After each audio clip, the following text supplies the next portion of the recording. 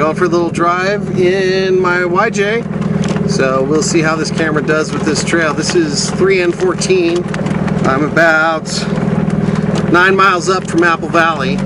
I was going to record on the way back down instead of on the way up, but then I decided I was going to take a different way home. So you get half the road, right about where the trees start.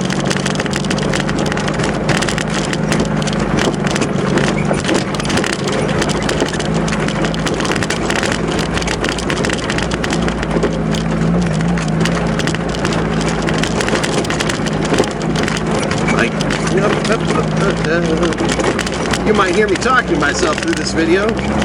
That's because that's something I do when I'm alone.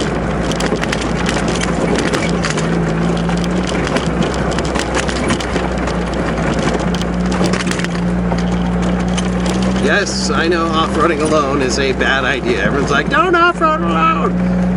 You're gonna die a fiery death of inferno and sadness!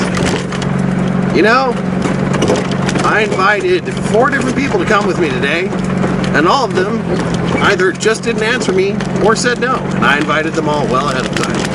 So, here I am on my own. This must be Coxie Meadow. I'm just going to keep driving, although it looks very pretty. Come back with the kids one of these days soon.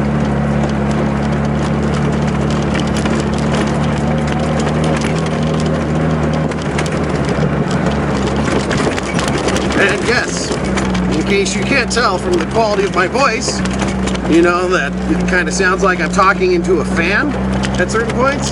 That's because my YJ has suspension that, well, might make you think it's trying to remove my spleen. I'm working on it.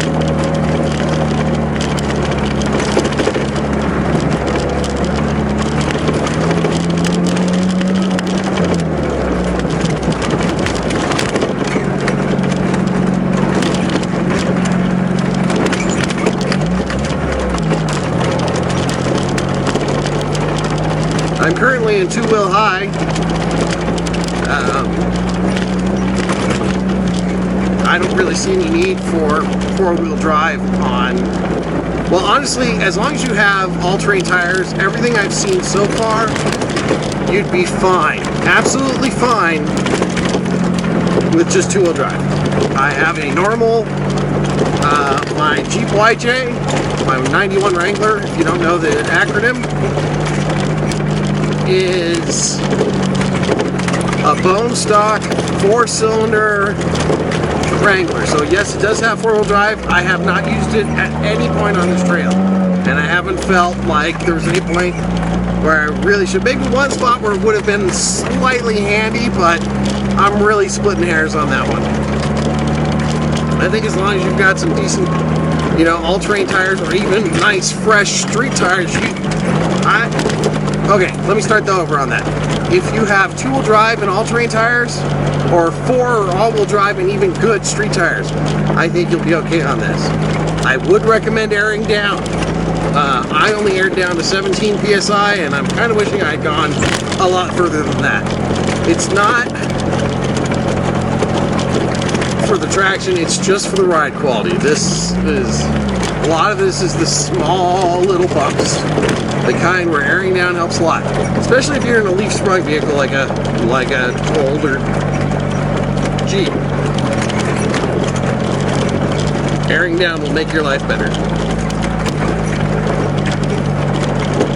There may be sections of this video where I overdub it with music because I might just turn on my own music and, you know, don't want to get copyright strike, because copyright strikes suck.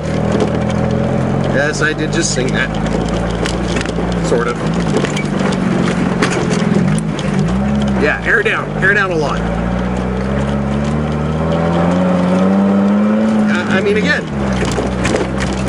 bone stock 91 Wrangler, except for a lift kit and 32-inch tires, but the lift kit is not going to help the ride. I don't know what, not an old Wrangler, and especially my lift kit won't. And 32-inch tires, yeah, okay, but again, it's an open differential. I don't even have limited slip. and I have been just fine getting up here.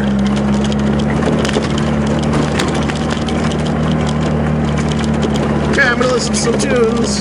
So I don't know what I'm gonna put on for you, but I will be listening to The Pretenders.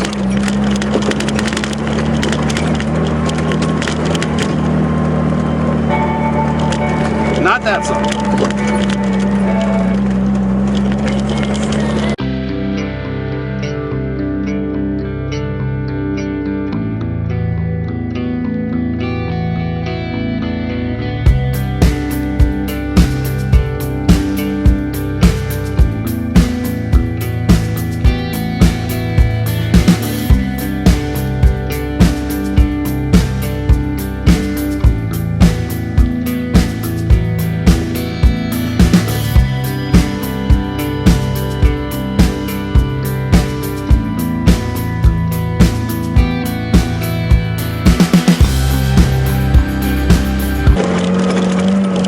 That person was having some fun, weren't they?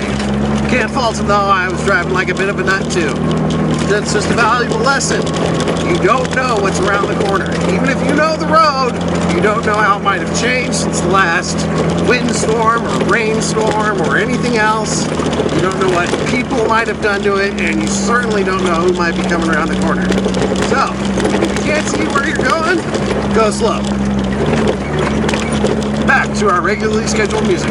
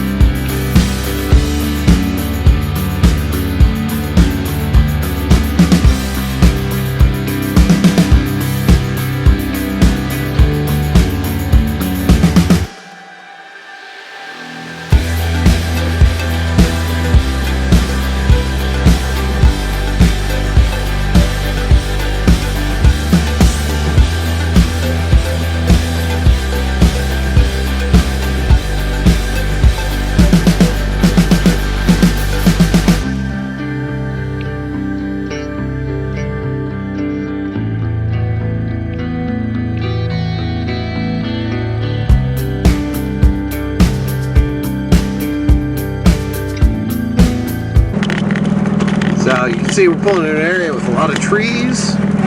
We're now almost exactly 14 miles up from Apple Valley. This is my first time going this far. I tried to go up this road earlier this summer only to discover, or rather be reminded by a sign that the Forest Service was closed due to fires. Don't be an idiot. If you're going out off-roading, don't start fires in stupid places, and, you know, use some common sense. Bring a fire extinguisher, especially if you're in a Jeep. Let's be honest, we've all seen the videos of Jeeps catching fire. Hey, pavement, all right. We've all seen videos of Jeeps catching fire. Ouch. Don't be that guy that shows up without a fire extinguisher and starts his forest on fire. We've had so many fires up in here in the last, 20 years. I mean, this forest is, I don't know the numbers, but I would say that this particular forest has probably 3/4 of the trees it did 20 years ago. And the overwhelming majority of that is fires and bark beetles. And yeah, don't be that guy. Don't start fires. If you start a fire, put it out right away. Okay, that's it. Gonna keep driving. More tunes. More tunes for you. Oh wait, let's see how bad dropping off pavement on this side is. Ooh. It's weird that it's paved in just that one spot, right? It's not just me. Right? Right? Okay.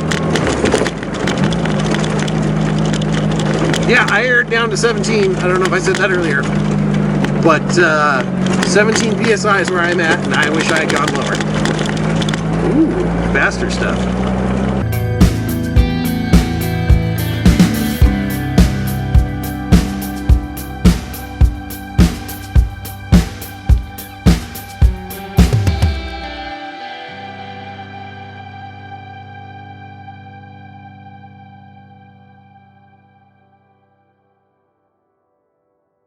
That last stretch I went through, and it looks kind of like maybe this stretch up here.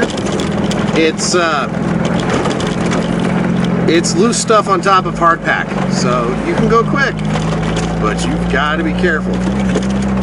Gotta keep your feelers on for slip, because if you start sliding, especially in a Wrangler, at least a short wheelbase Wrangler, it could get ugly in a hurry. But really, you don't want to be sliding too much in any car, not in this stuff. You get in a wreck out here, it's going to be a long time for an ambulance to get to you. Or maybe a night, you might even end up with a nice, really expensive helicopter ride. Don't do it. It's the wrong way to get a ride in a helicopter. Also, you might die while waiting for that helicopter. Just a minor point. Dying sucks.